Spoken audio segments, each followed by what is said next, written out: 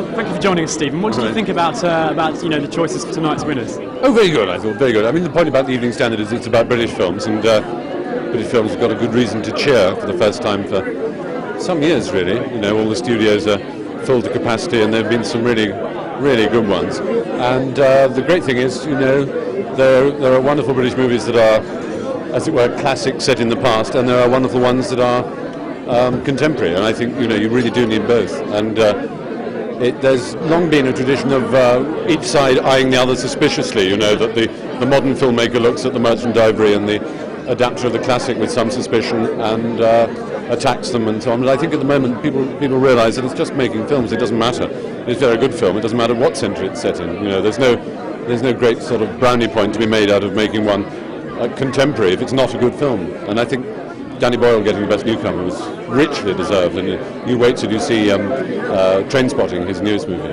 Any nominations you would like to have seen that weren't included tonight? I thought Carrington should have been nominated for Best Movie as well as for the various other nominations it got, and unless I was nodding off, it wasn't actually mentioned as one of the best movies. But no, generally speaking, I thought everything was very well covered. You know, but I can't claim to have seen every British movie.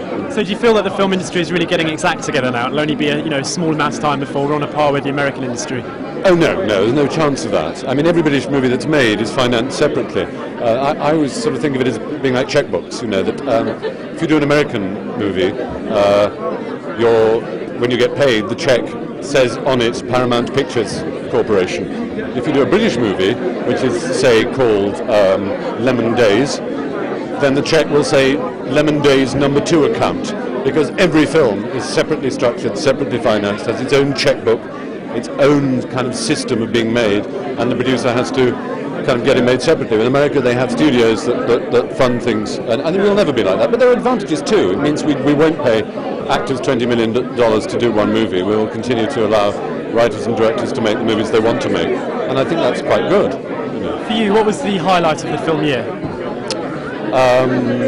Well, if I'm really honest, I would say it probably wasn't a British movie, it was an Australian one, which is Babe. I mean, that's just because I'm an old softie, and I wet buckets during Babe. I absolutely loved it. Okay, well, enjoy the rest of the evening, and thank you for joining us. Okay. Before you shoot